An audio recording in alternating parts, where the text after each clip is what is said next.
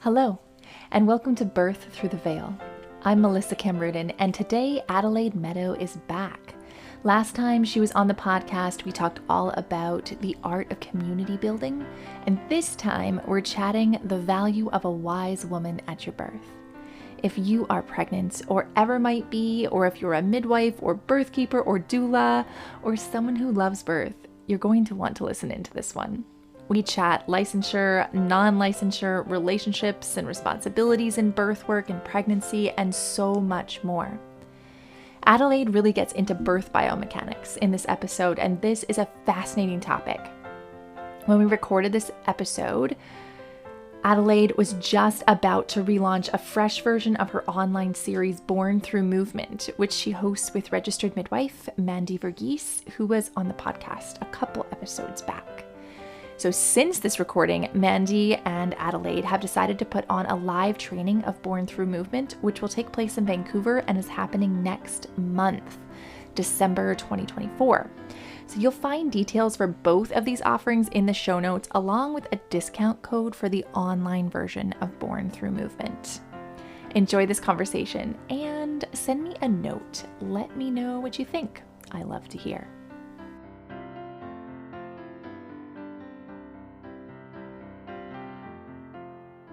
Hey Adelaide, how are you? Hi, I'm doing great. Thank you so much for having me back to your wonderful podcast.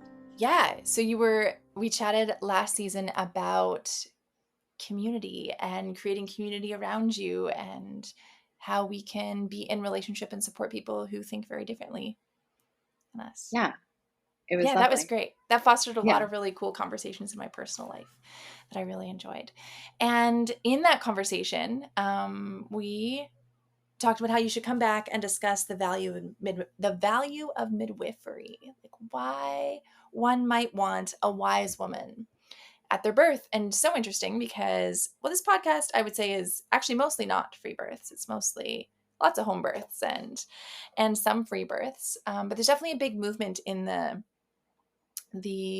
I don't know, birthy world toward free birth. And I know there's a big resurgence in British Columbia where I live that some people find awesome and some organizations find perplexing and alarming. Yeah. And so within that, I think there's space for a conversation around why would we want a wise woman at our birth? What does a wise woman bring? And additionally to that, in all the stories I've heard in the past season, I've listened to recorded lots of birth stories now.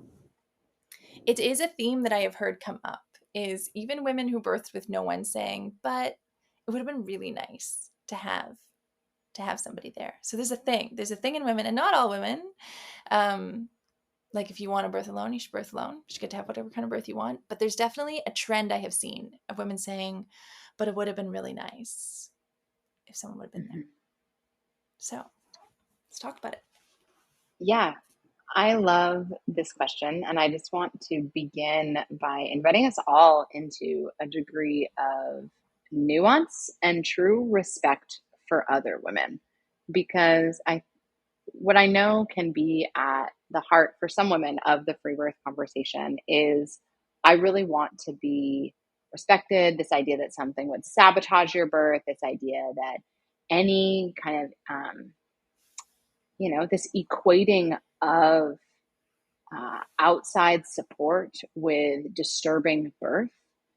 And I want us to unpack that a little bit in a bit, but I think in this attempt to have us respect and feel respected by other women, then often what we do, and this goes back actually to our community conversation, is we're actually pushing other women away, and we're not really in a sense of integration or feeling held or supported by other women, which gets us to your question about like, what is the role of a wise woman at birth?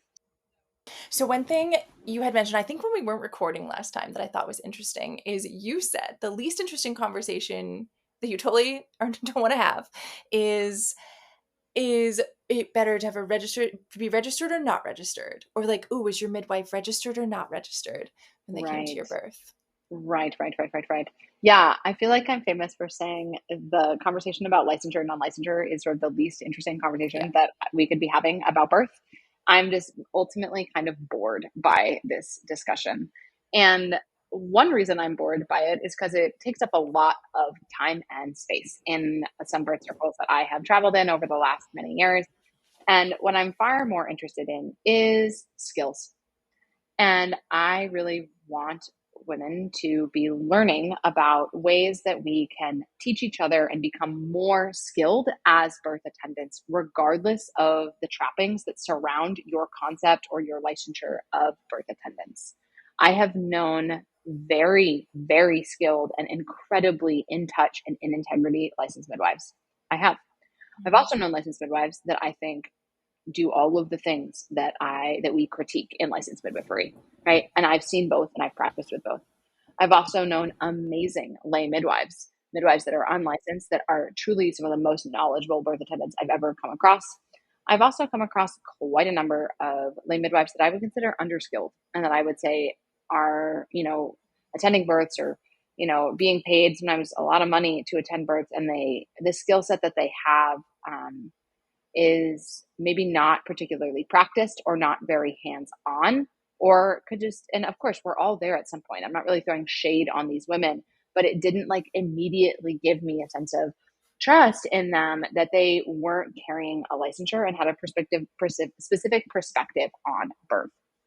And I find that our licensure to non-licensure conversation often just gets stuck there of like, are you pro or anti midwifery licensure? Which like, we're not going to have that discussion today because we're just having a different one.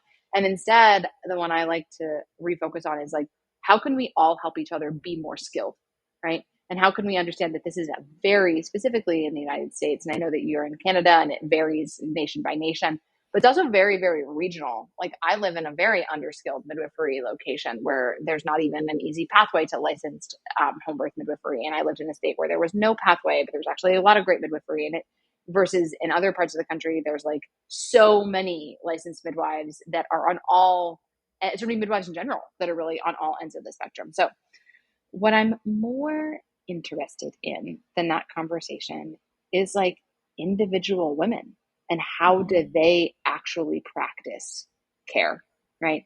And is there truly an alignment in what they believe and what they think about birth? And when I hear the licensure versus non-licensure discussion, specifically held in context to like free birth and the idea that like a licensed midwife is often like, going to quote unquote like sabotage your birth, right? Which is a very common, Well, the argument is she's going to be loyal to her license before you, that when it comes down to it, she's going to choose the livelihood of her family over you. That's right. The argument that's made. And like we sort of took that apart like quite quickly, right, in our discussion before we were recording, where I was saying like that's something that sits with me, that I think about that just makes sense. Like you've got to feed your family, and if the license comes up and you're going to support an individual woman. But then I also said, oh, but there are registered midwives who I know who I would invite for sure. And that must mean then that it's not about her license. Right. It's about the individual women and my relationship with them, or how will I know them and what I know to be true about them. I think that's so concise, where it's like, if you know a licensed midwife and you're like, well, yeah, some women might serve their licensure, but this woman wouldn't. Well, then we're proving case in point that it's not actually this like magical boogeyman that is a licensure. It actually has more to do with that individual woman. Now, does that mean that there aren't specific considerations around, what women are and are not willing to do based on their licensure or non-licensure status? Yes. And guess what? I also am in that camp without my license. And that's something I really want to offer here, is there are things that I'm actually not really up for. And but that has to do with me personally and how I'm interested and available to support birth. And the idea that we're just kind of like up for anything, I think is an idea that happens a lot. And maybe this is true for some women that are practicing without their licensure. And I found that was true for me until I attended another 10, another dozen births. And I was like, you know what? There's actually are things that I'm not really available for. And what does that mean to not be available for it, right? What does that actually look like in practice? And those are the in-depth discussions that I get to have with a family. Like, if this happens, I'm actually not comfortable with that. That is outside of a sense of skill that I think I can really help you with. And so who are we then? Where does that leave us then? which that is a conversation that we can have with women across the board, across licensure status. And I think it's really important. I think that that's part of just being in integrity and serving birth, and that is available to women. We're allowed to make our own choices and our own distinctions throughout that trajectory. Yeah, there is a tenet in our culture right now that everyone has to be for everyone, right? That I have to, and if I don't, I'm excluding someone, and there's something wrong about that if I'm not the one for you. Yeah, and I think that I'm certainly not the one for everyone. I know that. And I think this also really gets down to a conversation I know that we wanted to have here, which is what is midwifery care? Mm-hmm. And do you value midwifery care? And I am, I want to talk about, again, all the terms can be a little played out, but what I personally view as authentic midwifery care, which is not just can you do VEs or something, or can you have a Doppler? And I think that I personally believe, and you said, and we were talking, what is the role of having a wise woman at your birth? I personally think that there are circumstances, and they're not even that rare of circumstances, where having a woman at your birth who is skilled with hands-on skills, has seen a lot of birth, knows, from an experiential perspective, how things can look and feel, and is there to support and potentially advise, can absolutely improve and change outcomes at a birth. I've seen it, and I believe that to be true. And I think that question is often at the heart of our free birth culture, is a belief that that's actually not either not true or very uncommon, right? That someone who has studied birth and is a true reverential student of birth and has seen all these things, that there might be nothing that would unfold in your birth that could warrant that type of support, right? Or that type of support might be welcome. And I personally really value midwifery care. And I really think that one really common refrain is well, birth works, right? And it worked without her, right? And I'm generally, yeah, that's the case. If our metric for working, and again, I'm not saying this is all across the board, but if our metric for working might be live mom, live baby, right? Which is, again, what we're often critiquing in the more obstetrical model. And yeah, do I think that most of the time that would be the case? Absolutely. Do I also think there are certain moments where skilled hands-on care can make a drastic difference? Yes. And do I also think that there are moments where skilled hands-on care can just actually make birth a little smoother and a little easier on mom and baby, that's what I'm personally interested in from a midwifery perspective, is how do we make birth the most magical, enjoyable, intact, and easeful for mom and baby? We talked a bit about what it's like supporting a woman who doesn't trust you. So a woman who is maybe inviting you, I don't know, maybe out of a little bit of fear, as often I think happens in the sort of quasi free birthing world where I live, where a registered midwife is invited, but not really. You kind of don't want her, but maybe you're just inviting her for a fear of something she can prevent if it does arise. The discussion piece in there, I think, is, so what is midwifery? That's right. What are the midwifery skills we're bringing in? Is it just somebody with some drugs to shoot into your thigh if there's a potential hemorrhage? Or is there something more? Something more to midwifery, something more to bring in the wise woman? I think there's so much more to midwifery care personally. And I think that there has been a little bit of throwing the baby out with the bathwater, and also a de-skilling of hands-on manual skills in midwifery. I think there's a few different threads that we'll pull there. The equating of midwifery care to medical capacity is the first skill, or the first sort of thread that I want to pull. Do I think that there's never a moment where having maybe some access to medication or some clinical expertise can be really meaningful and potentially improve an outcome? Yeah, no, I do think those moments exist. I don't think they're very common.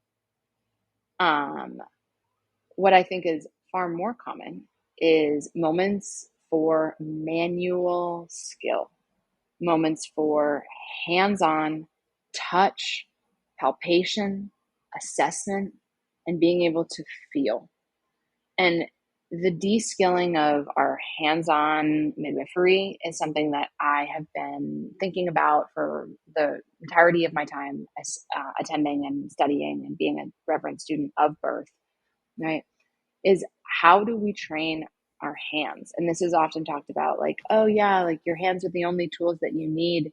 But like, actually, how are we truly learning more about anatomy and physiology, fetal position, what to assess, how to assess, right? And being able to utilize that in a way that can help women birth their babies if they want that skill, if they want that support. And when I think about midwifery care, we're often only thinking about it in the context of the birth. And I just want to back that up, where I feel, and like my favorite type of care to provide is I meet a woman early in her pregnancy and I'm like, I want to love you and be in a relationship with you. And so I can be someone who's available to support you and where we have a bond that is built on trust and time spent together during your birth. So I'm not just a person that you don't know.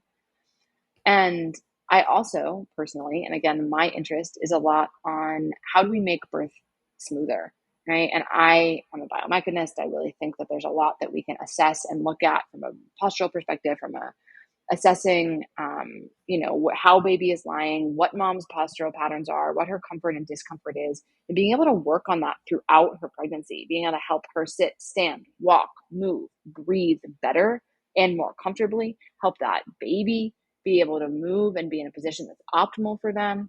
And I think all of that is midwifery care.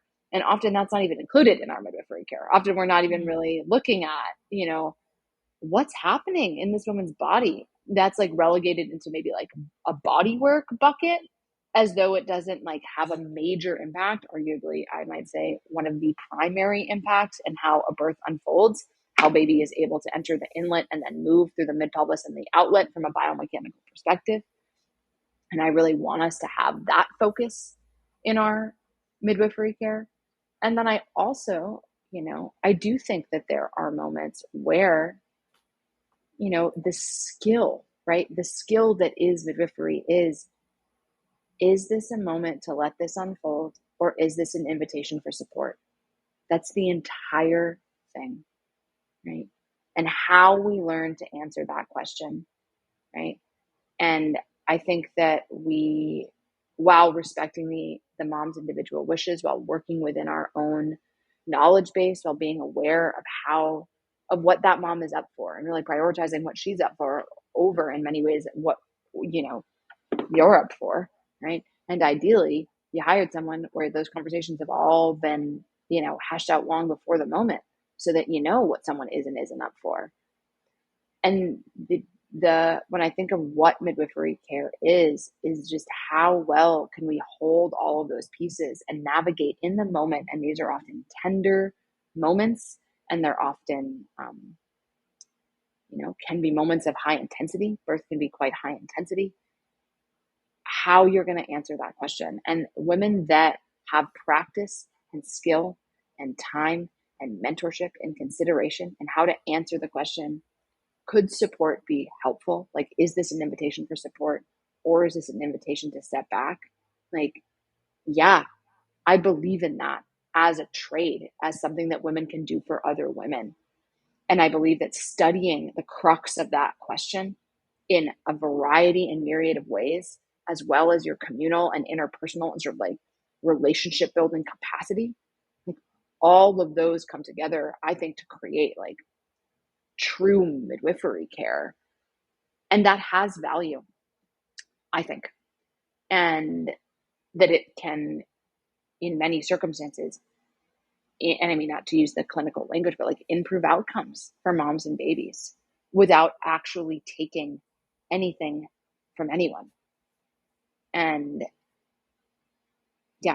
Maybe I'll Yeah, leave I that like there. the like in improving outcomes, it's not just like the lowest bar. Whenever like in the medical industrial complex, when they say improving outcomes, they mean like less people dying, less dead babies and Correct. mothers, right? And we're like, what if improving outcomes is like less perineal trauma and less blood loss and like a more easeful Comfortable postpartum? postpartum. Yeah, more comfortable and easeful postpartum. Like you don't have hemorrhoids from hell and you're not like in a ton of pain in your whole third trimester. Uh, what if like your baby is born really quite smoothly, Yeah, who right? says And no you're to that? Like, I'll take right, it. and like correct. And the idea that midwifery care is kind of like hindering those things in unfolding is a really common sentiment. And I just Mhm. don't think it has to be that way. I think it absolutely, we can have skilled midwifery care that helps those things unfold, right? If that's what women want. And if that's not what they want, that's beautiful as well. I don't have any shade against that by any means. Um, So then when you think about so someone who's maybe thinking about free birthing but not so sure, they're inviting their midwife, but there's a barrier there, right? Because you kind of don't want them and you don't quite trust them. That's I mean, that would be like taking your feet out from under you as a midwife. If the most important question you're asking is intuitively, like, when do I step in and when do I step back? When do I let it take its course? And when do I offer some skills here? Like, as we know, when you're in relationship with someone, it's so much easier to see, like, when should I say it? When should I not? When should I write? When it's a stranger or someone where there's uh, tension between you, it's hard. It's hard to know, I would imagine. yeah, it is hard. And again, it's sort of what you sign up for. I'm not going to Mhm. say that that's not like part of the work of midwifery Mhm. care. I think it is. And also, yeah, having a woman knowing that you're not trusted, Yeah. and also just the same as like expecting to be trusted and respected, which is like as a midwife, it's like the other end of the spectrum. Like neither of those are based on relationship building. Those are sort of based on I think, or I see them often, women in these pre-prescribed like buckets. Like she's midwife over here and that means this, and I'm birthing mother over here and that means this, and we only interact in case of XYZ. And that might be what you're sort of like alluding to as women who are struggling with those types of choices, which again, I don't have all of the answers here. I'm just interested in a conversation around like, what if we took our midwifery care back to a sense of relationship building, both from a client perspective and from a midwifery perspective? Like, what if we actually were like, oh, these are skills that I value?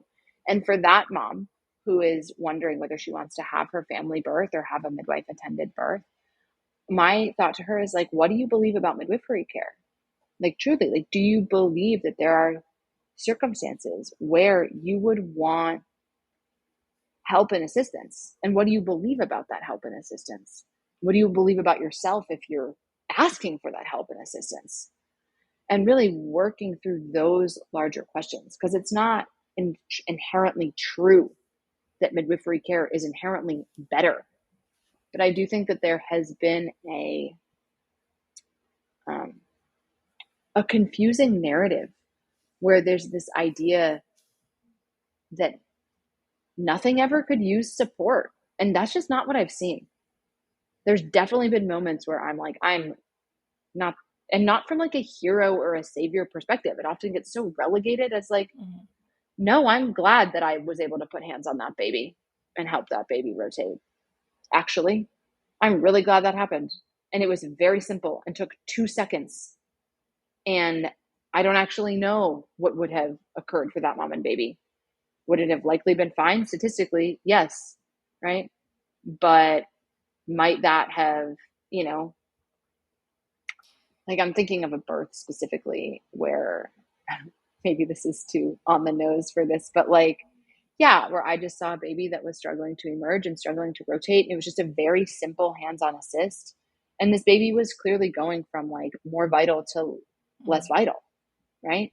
And then this, it took 2 seconds, something was resolved. And then, and it's like everything just moved more smoothly. Now, would that I think about this sometimes with breech, and I'm leading a breech call with my colleague, Mandy Verghese, in my Born Through Movement course around like what we see statistically from all the women who study breech. And, we're looking, we're talking with Gail Twilley and Nicole Morales and Sean Walker and like all these big breech studies and whatever. And that there is something, not like live baby, dead baby, but we see babies that have a longer than 7 minute from rumping to emergence generally struggle more.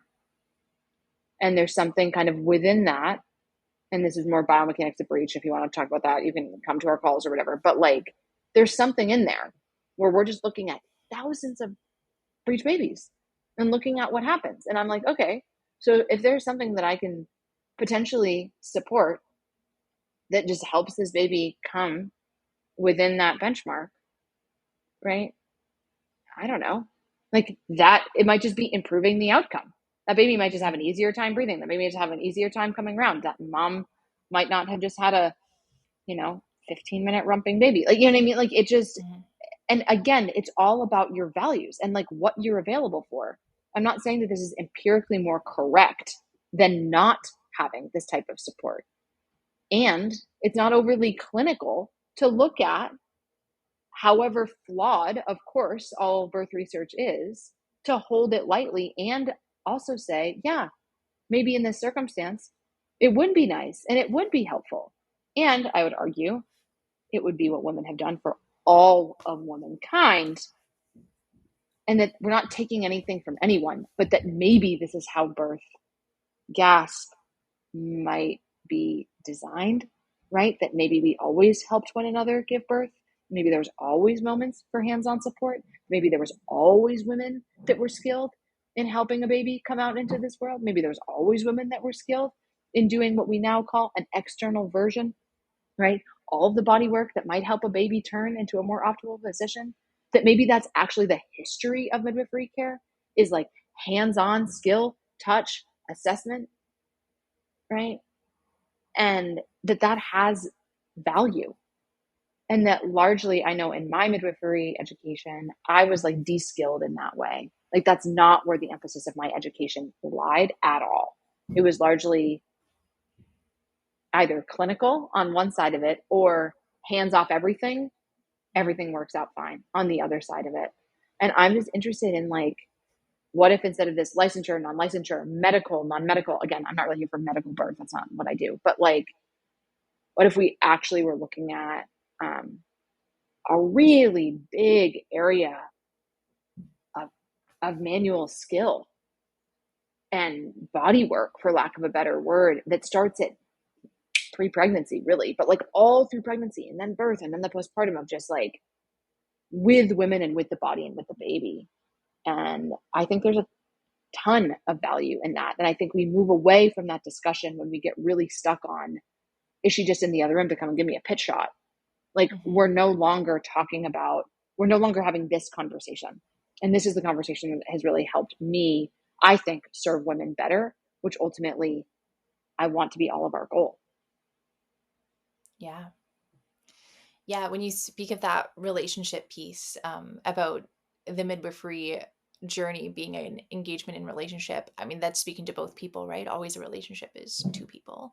And so when you talk about midwives, coming to the midwifery relationship with that, but also as like a person, like I'm a person who's just recently hired midwives and worked with midwives. And like, so as I'm more bent toward free birth. I've had 2 free births. And if I'm going to work with midwives, like I'm responsible then for engaging in that relationship with them, right? For not being the person relegating them to another room and severing the opportunity for that relationship.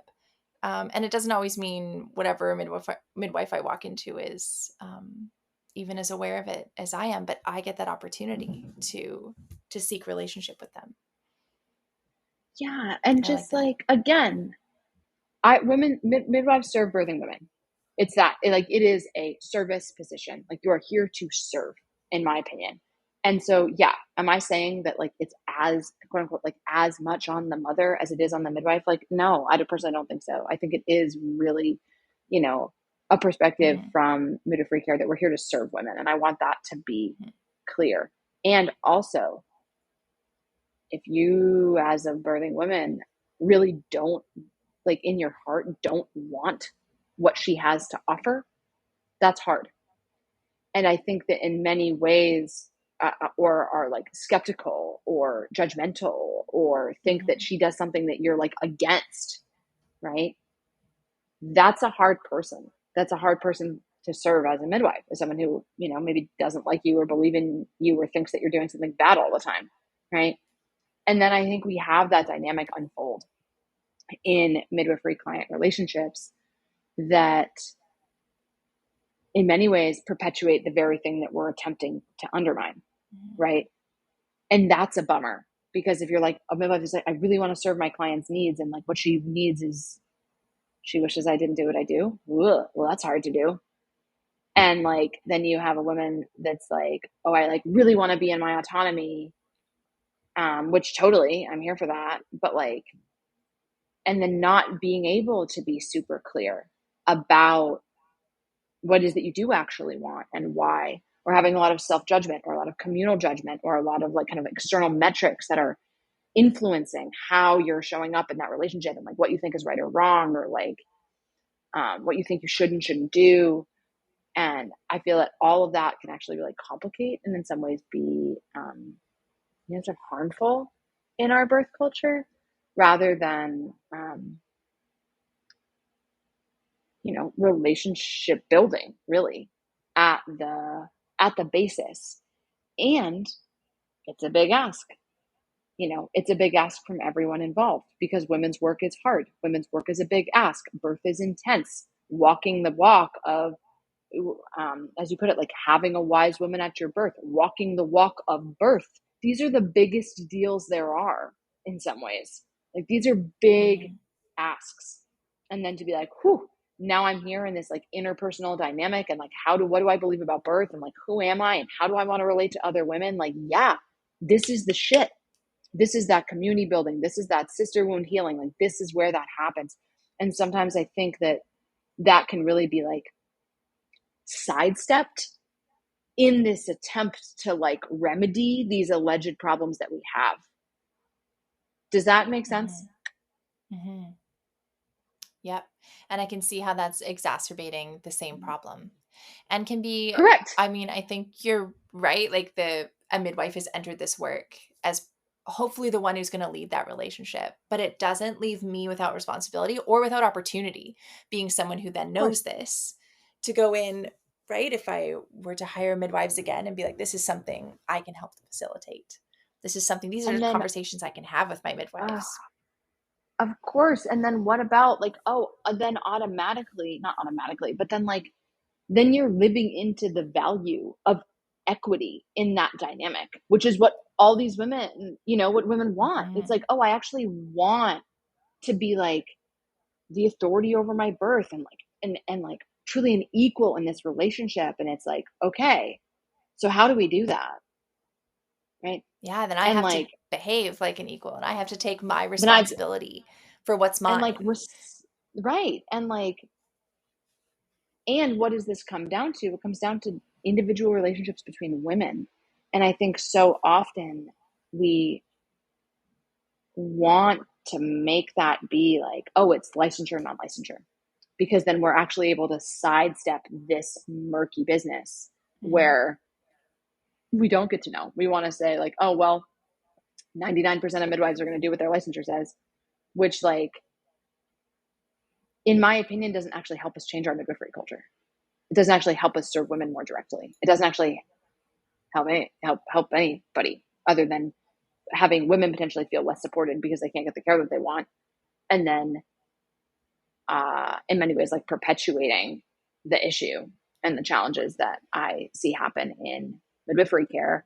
And we're not talking about skills, which I want to go back to like the first thing. It's like, what if it wasn't about that? What if it was like, how do I touch your body? Do you want to be touched? What's happening for you? Are you in pain? How can I help you?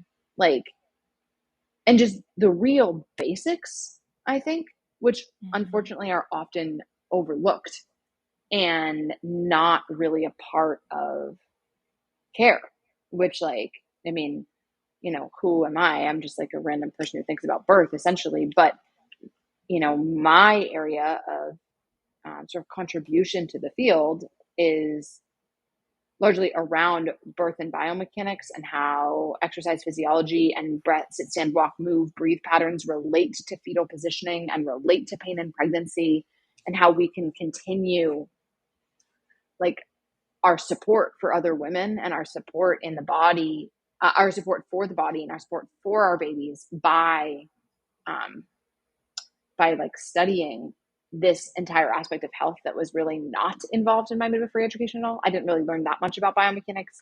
I didn't even really learn that much about like what impacts how the pelvis can move at inlet, mid pelvis, and outlet. Right. And I'm just thinking, oh, like there's so much that we could do. And like, what if that's what we were doing in our prenatal appointments? And like, what if we actually didn't everyone have this like big, like kind of dramatic chip on our shoulder? What do we like? What do we do? What are your views? How are you on birth? Like, and I'm not saying that that's not part of it, but what if it was just like more embodied and more Mm-hmm. like about how you're feeling and what you're doing and how you're moving, and kind of building intimacy that way. Does Yeah. that make sense? Yeah. You know, I've seen, I think I said, I think I said earlier that in all the stories that I've heard, I definitely have heard a theme in many of them that women either really appreciated or wish they had had a wise woman at their births. And I found in my birth, so I had just my husband and I, and then a wise woman came at the very end. And then in my pregnancy, though, I also wanted wise women around. And I tried to surround myself with often women online was what I had access to. And so some of your work was something I looked into, and I didn't realize, I'm not sure why I didn't realize this, that I had opportunities in pregnancy to improve my birth outcome based on what I would do with my body in pregnancy. And I sort of thought like, well, it's too late. I probably should have worked on my core before. And now I'm just like, my body is what it is. And I'll just have to wait till this baby's born and then I'll work on my low back pain later. Cause now I just have to, right. Cause it's normal. Everything's normal. Yeah. Like pubic symphysis pain and low back issues and sciatica and all these things. If you ask your OB, right, usually it's like, yeah, that happens. But I've come to see like more recently through things that you're saying that that's not necessarily true. And it's a piece like you're saying that a wise woman could bring. So let's talk about that a little bit. Like yeah, you don't have to just Yeah. live with it. And the connection between what you're experiencing in pregnancy and your birth. Yeah. So I feel like I just put this out the other day that if birth works because the body works, right, then birth works how your body works. So the idea, I think, and I got a fair amount of pushback on this recently, but like birth is a biomechanical process in the sense that, I mean, it's also a hormonal process, but they work in concert to one another, the biomechanics and the hormonal unfolding. And you're physically moving tissue from the inside of your body to the outside of your body, right? You're moving your baby from the inside to the outside. And what needs to happen is fascial yielding, bony movement, and muscular yielding for that to occur. Does that feel pretty clear? Just like that's what Yeah. has to happen for a baby to be born.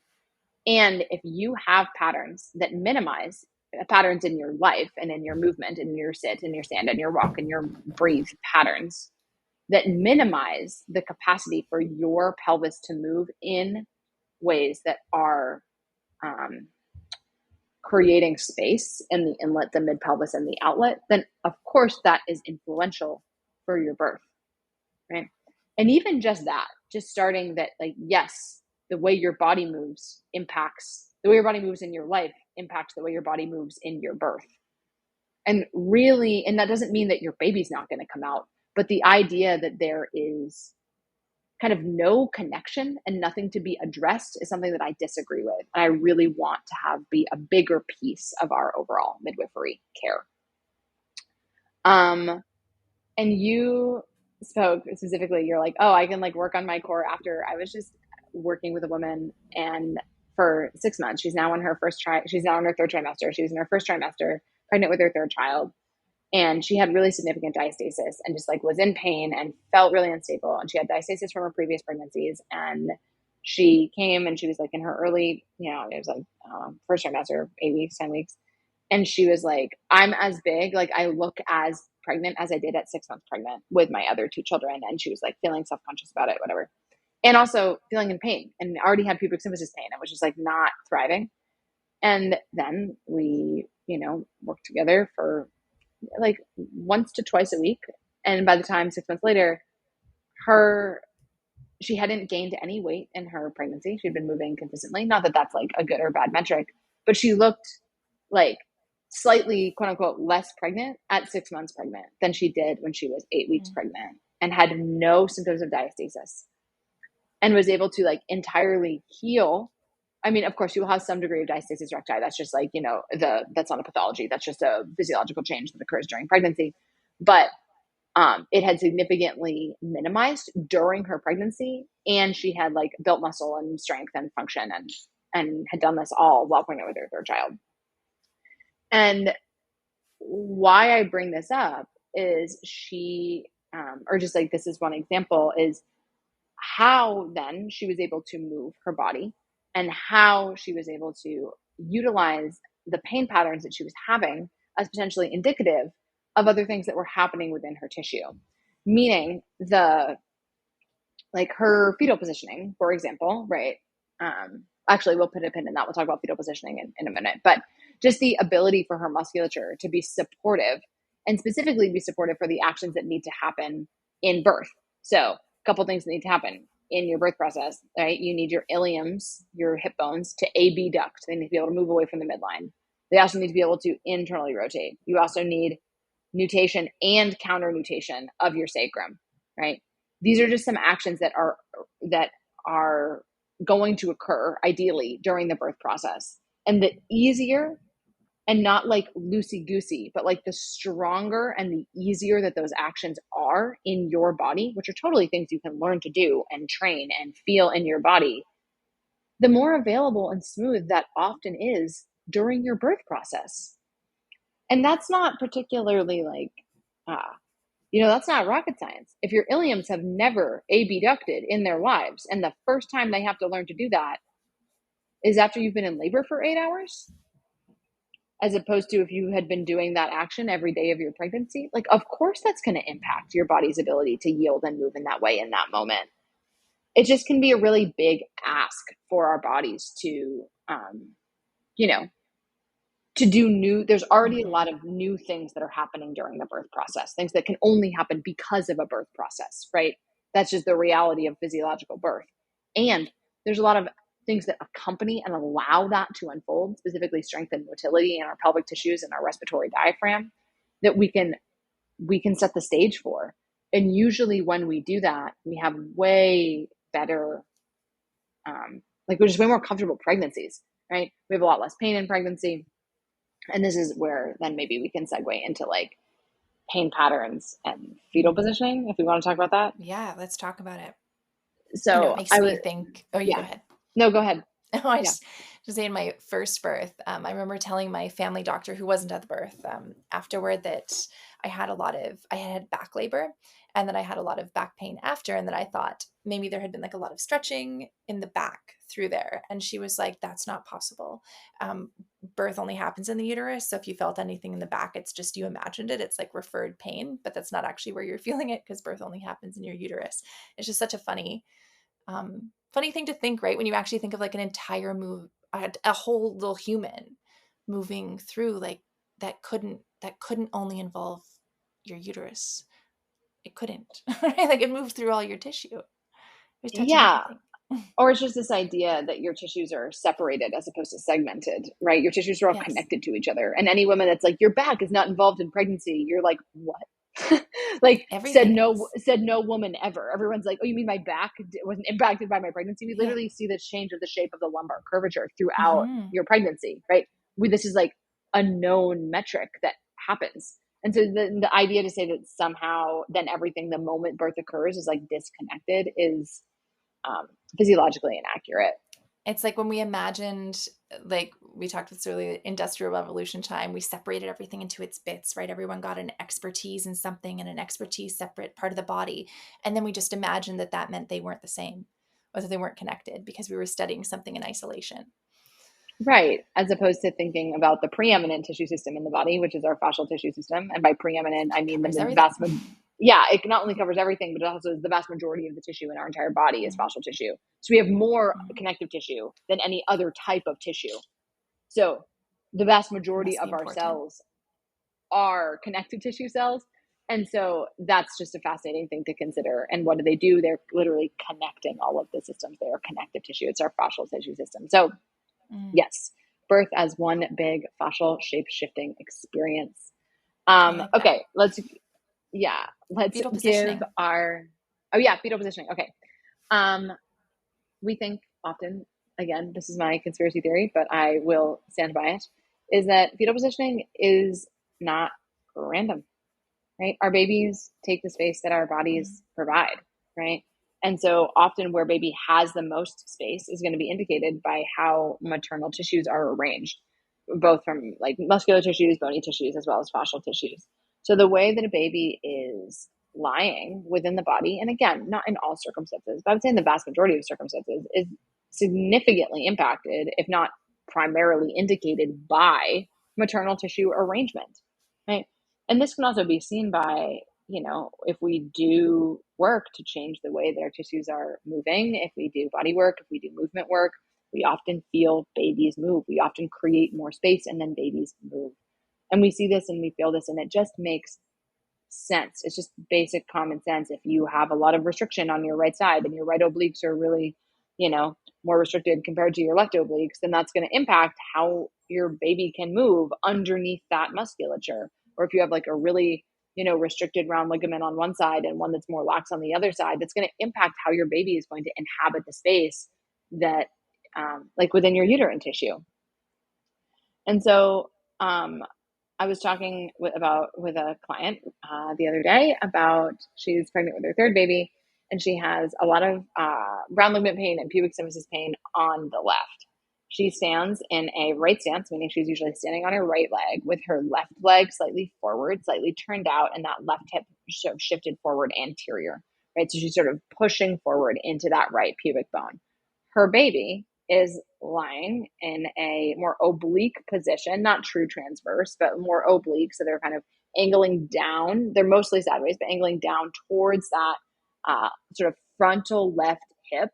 And they're not really, she's, late third trimester. They're not super engaged in her pelvic tissue. And she has a ton of pain. She's struggling to lift that left leg up, right? She's like, so if you think you're sitting down and your legs are out in front of you and you want to just like lift that leg up straight or even bring the knee to the chest is really hard. Walking upstairs is hard, right?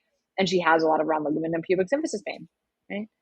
Now, that pain is likely directly exacerbated by her fetal positioning, right? The baby is in these tissues and putting pressure and things aren't yielding and it just doesn't feel great. So what are we working on, right? Then we're working, okay, how can we actually get her weight bearing on that left side? How can we get that left ilium to move out to the left and then internally rotate to help that baby move more posterior in her tissue? How can we get that sort of pressed forward groin on the left? How can we get some integration there? I think kind of like combing back through the groins, a long line between that kind of underside inner pubic bone all the way towards your sit bone, getting all those tissues spreading in that direction. And as we did that, and again, we've taken, you do it and you go back, and you do it and you go back, she had immediate resolution of pain. And then after 2 days, her baby shifted position, right? She kept doing it. And then her baby turned more head down and is now in an LOA position, right? And everything, like we have this idea, or like we know, like there is not the mom and the baby, there is the mother baby.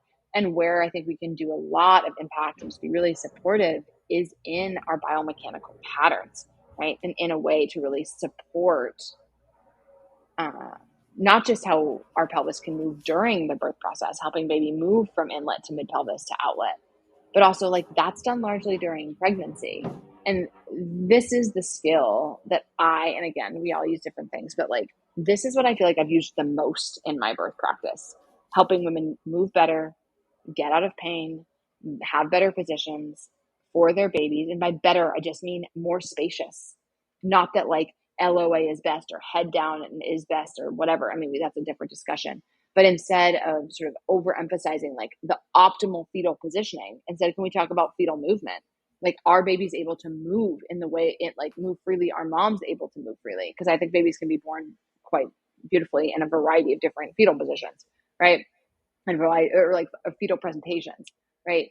And so, but there's this idea that like, oh, there's just like how they're the most comfortable. And I'm like, is it how they're the most comfortable, or is it like where they actually have space to move within the body?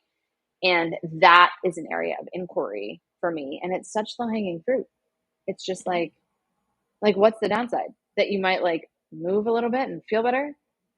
Like, or it might really, really impact how your baby is able to enter your pelvis, which I don't know, we could talk about breech, we could talk about OP, we could go in a lot of different directions there. But, there are also, just to kind of put a pin in that, there are postural patterns. And again, we're not here for direct causation, but there are postural patterns that are consistent with OP, with babies entering the pelvis OP, or having a long occiput posterior labor where baby either doesn't turn or is like, quite lengthy in their rotation.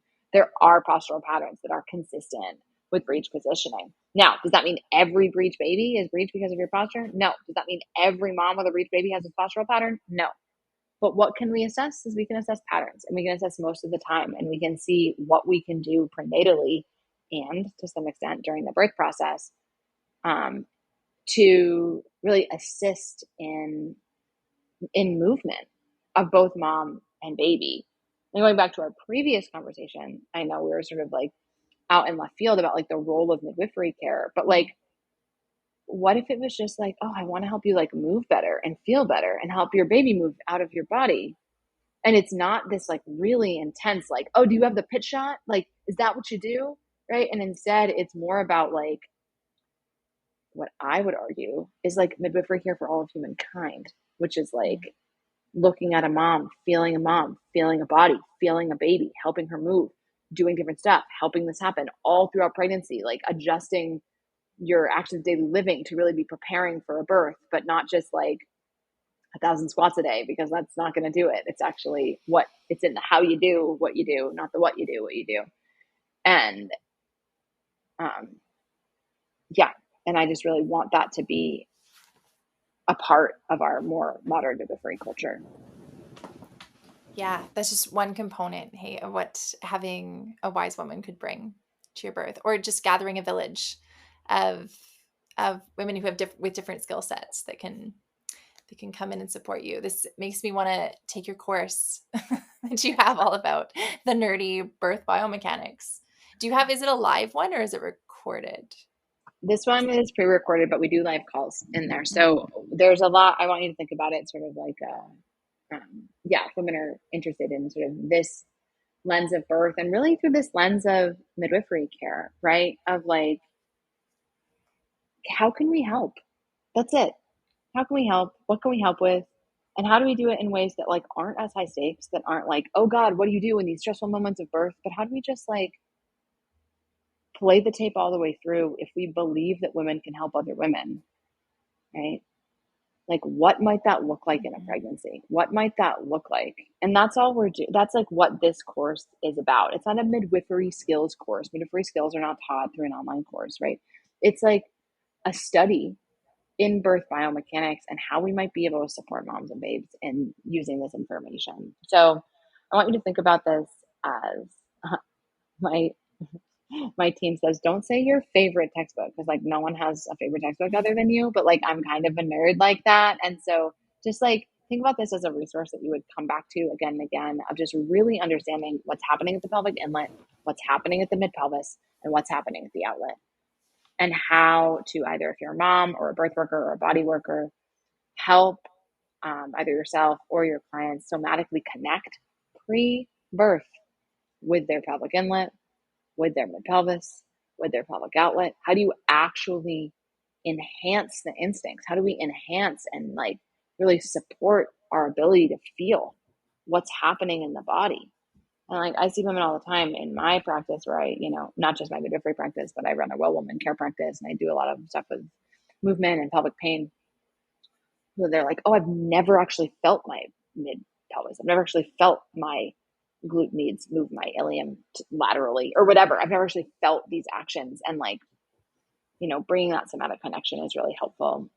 And yeah, and then there's a whole section all about pain and like common pains and discomforts in pregnancy and what they might be telling us and how it's like, oh, do you have this pain? Something might not be moving that well at this station of the pelvis, and how that relates to fetal positioning and how that relates to resolution of pain for improved care metrics. So that's in there. And then we do live calls, me and my work wife, my licensed midwifery colleague, Mandy Verghese. We do live calls in this course that are on really common considerations. We have one on OP patterns, right? And so the patterns that we see for moms that have either long OP labors or OP positioned babies. We do another one on post dates, which I really like. So sort of this idea that like 43 weeks is, just a variation of normal. So if you want to hear why maybe that's not our personal opinion and what we might be able to do from a biomechanics perspective to really support babies being able to engage and support that hormonal blueprint kicking off. And then we have a whole other one on breach and breach patterns in pregnancy, right? Because ultimately, if you're able to understand why, or some support your body, if your baby is in a breech position, whether your baby turns or not, that's going to be incredibly helpful for helping that baby make their way through the pelvic pathway, bum down. So really, just like better midwifery through anatomy and physiology, better birth care through geeking out, and just sitting with, is this an invitation? Is this an invitation in our body, specifically in pregnancy, to learn more and feel more in a way that, I think there's really no like downside to that, right? Yeah. It's like, yeah, whether you're I a like the midwife or bridging. doing your own prenatal care, like it's like, it doesn't really Yeah, matter. it's all supportive. And I like, as we go through phases in history, the pendulum swings, right? Like we go from, this is kind of how humans seem to work, and then we find the middle. And this feels like a little bit of finding the middle, where it's not everybody has to be evicted at 41 weeks max, with synthetic hormones, or you have to just let it go and touch nothing, or you've messed it up and you've stolen the rite of passage. To where like, right. what if there's probably somewhere in the middle there that maybe doesn't involve pharmaceuticals. It maybe actually involves just supporting our own bodies and how they want to move and where our babies want to go, and then let the wisdom carry forward from there. That's so beautiful. And that's really my interest. And my interest in building birth culture in general is like, we get to decide. Like, we get to decide what midwifery care is. Like, we get to decide the care that we want to either have or provide as women that are, of birthing age in the world today, right? And we get to make what we want to make. And if we're interested in, as you were saying, just sort of this like, oh, is it not like everyone gets evicted through synthetic hormones? Because like, and how often does that not freaking work? Can I just talk about that for a second? Yeah. How often, if it was just this hormonal blueprint unfolding optimally, which I'm not saying that synthetic hormones is that's obviously the antithesis of that. But if it was just this hormonal process, we wouldn't have these failed inductions. We wouldn't have these tissues that didn't yield and these babies didn't descend. Like, it's not just the hormonal practice. It's also all of the biomechanics, which is, we know this with women, their baby, if they're paralyzed and with an epidural and they're out, like, it doesn't, like, things don't move. Like, we need to actually move the body. And it's more than just like move the body, right? There's like so much specificity that's not actually complicated, but really honed if we're interested in actually understanding like birth physiology better, right? And how it relates to movement. And yeah, again, back to this culture, this like cultural question of midwifery care, like it's not one or the other.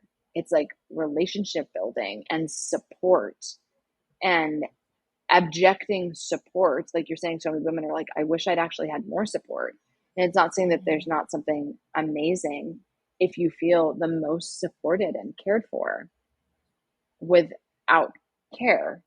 Like, okay, I'm here for that if that's actually what you want. What I hear a lot is also women are like, well, I couldn't find the type of care that I wanted. Right. And I hear that a lot as well. And that is sort of the question that I'm also speaking to. It's like, okay, well, then let's influence our midwifery culture. Like, let's have conversations like this. Let's think about what could actually change the midwifery culture from a client perspective, from a midwifery perspective, sort of moving away from this like yes, no, you know, kind of black and white conversation, more into the nuance and into the gray area. And yeah, and then within that, obviously, I just like personally think loving and healing touch and movement in pregnancy and birth is so meaningful.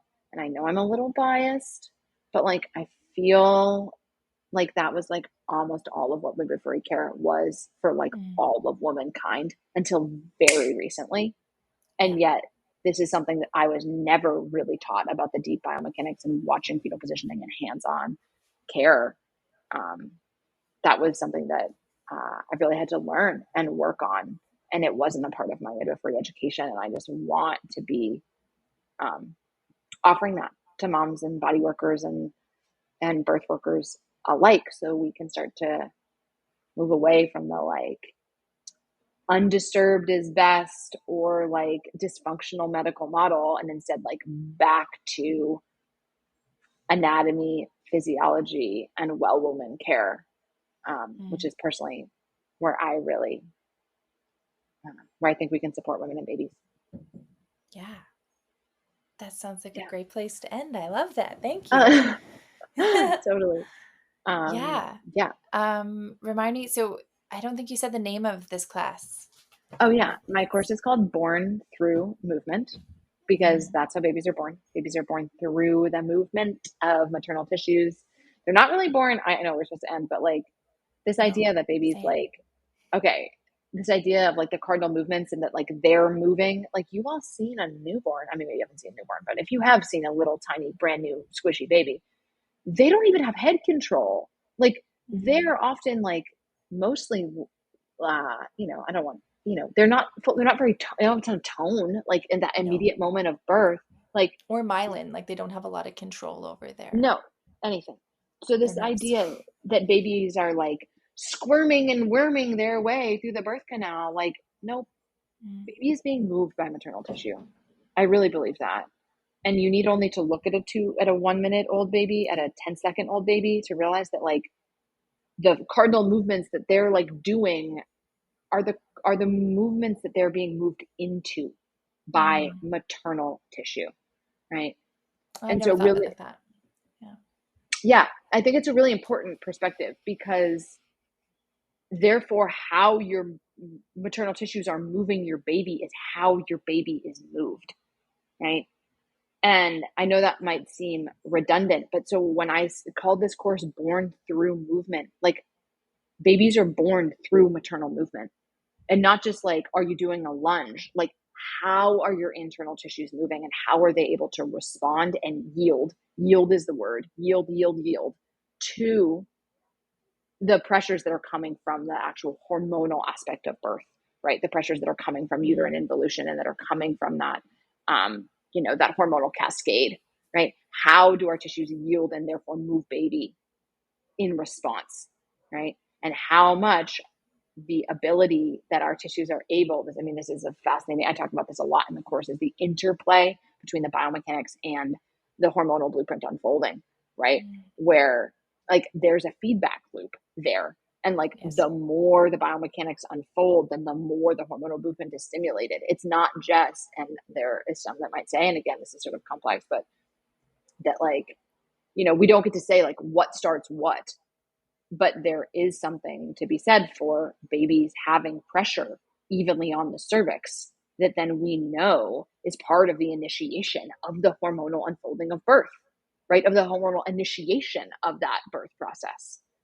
So if baby is struggling even to make contact with the cervix, right, because of maternal biomechanics, like, well, that, I mean, maybe not indefinitely, but, you know, that has an interplay and a relationship between that sort of onset of the hormonal cascade of the birth process, which is what we talk about a lot in our post-dates call, and like what's happening, right? If your baby is really high and not engaged at 42 plus, right, and you have had no sensations and like no hormonal unfolding of the onset of the birth process. So born through movement.